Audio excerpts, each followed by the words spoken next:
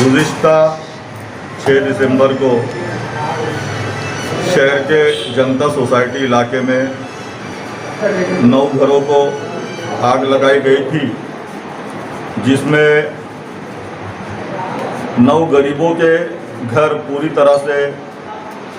जल चुके थे। उस वक्त उनकी ऐसी हालत थी कि उनके यहाँ खाने पकाने के लिए ना तो कोई बर्तन था, ना अनाज बचा था। इस बात को देखकर हमने फौरी तौर पे तहसीलदार को बुलाया, संबंधित पुलिस स्टेशन के इंचार्ज को बुलाया और एमएससीबी के अधिकारियों को, महानगर पालिका के अधिकारियों को बुलाकर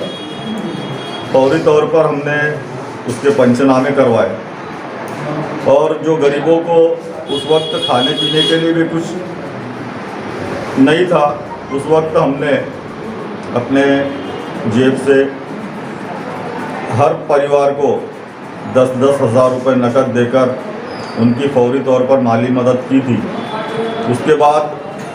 दूसरे दिन हमने जाकर मंत्रालय में जो मदद व पुनर्वसन मंत्री है विजय वडेट्टीवार साहब से मुलाकात की थी और उनसे कहा कि इनको फौरी तौर पर मदद की जाए। उस वक्त मंत्री महोदय ने हमारे लेटर पर धुलिया जिला कलेक्टर को यह आदेश किया है कि इन घरों के जो नुकसानात हुए उसके फौरी तौर पर पंचनामा करके उसका प्रस्ताव, उसका हवाल हमारे इधर सादर किया जाए। ऐसा आदेश मंत्री महोदय ने जिला कलेक्टर को किया है। उसके बाद जैसा कि हर हफ्ता हमारे ऑफिस पर पीर के दिन यानी सोमवार के दिन एक महिला दिवस रखा जाता है, जिसमें सुबह 10 बजे से लेकर दोपहर को 2 बजे तक सिर्फ ख़वातीन के मसाइल हल किए जाते हैं। आज भी हमारा महिला दिवस था और उस वक्त जनता सोसाइटी में जिन ख़वातीन के घर जल चुके थे वो सभी ख़वातीन हमारे पास आई और उन्होंने ऐसा कहा कि हम गैस सिलेंडर लेने के लिए गए थे, लेकिन वहाँ के जो ज़िम्मेदार है वो हमसे एड्रेस प्रूफ वगैरह मांग रहे हैं, राशन कार्ड मांग रहे हैं और आधार कार्ड मांग रहे हैं और उसके अलावा नए सिलेंडर की कीमत भी मांग रहे हैं। मैंने उसी वक्त जो पुरवठा अधिकारी है CS चौधरी को फ़ोन करके यहाँ बुलाया अपने ऑफिस पर और उससे जो गैस सिलेंडर कंपनी का जो मालिक है, हमने फौरी तौर पे तहसीलदार को बुलाया, संबंधित पुलिस स्टेशन के इंचार्ज को बुलाया और एमएससीबी के अधिकारियों को, महानगर पालिका के अधिकारियों को बुलाकर फौरी तौर पर हमने उसके पंचनामे करवाए।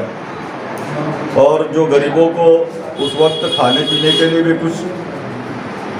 नहीं था, उस वक्त हमने अपने जेब से हर परिवार को 10-10 हज़ार रुपये नकद देकर उनकी फौरी तौर पर माली मदद की थी। उसके बाद दूसरे दिन हमने जाकर मंत्रालय में जो मदद व पुनर्वसन मंत्री है विजय वडेट्टीवार साहब से मुलाकात की थी और उनसे कहा कि इनको फौरी तौर पर मदद की जाए। उस वक्त मंत्री महोदय ने हमारे लेटर पर धुलिया जिला कलेक्टर को यह आदेश किया है कि इन घरों के जो नुकसानात हुए उसके फौरी तौर पर पंचनामा करके उसका प्रस्ताव, उसका हवाल हमारे इधर सादर किया जाए। ऐसा आदेश मंत्री महोदय ने जिला कलेक्टर को किया है। उसके बाद जैसा कि हर हफ्ता हमारे ऑफिस पर पीर के दिन यानी सोमवार के दिन एक महिला दिवस रखा जाता है, जिसमें सुबह 10 बजे से लेकर दोपहर को 2 बजे तक सिर्फ ख़वातीन के मसाइल हल किए जाते हैं। आज भी हमारा महिला दिवस था और उस वक्त जनता सोसाइटी में जिन ख़वातीन के घर जल चुके थे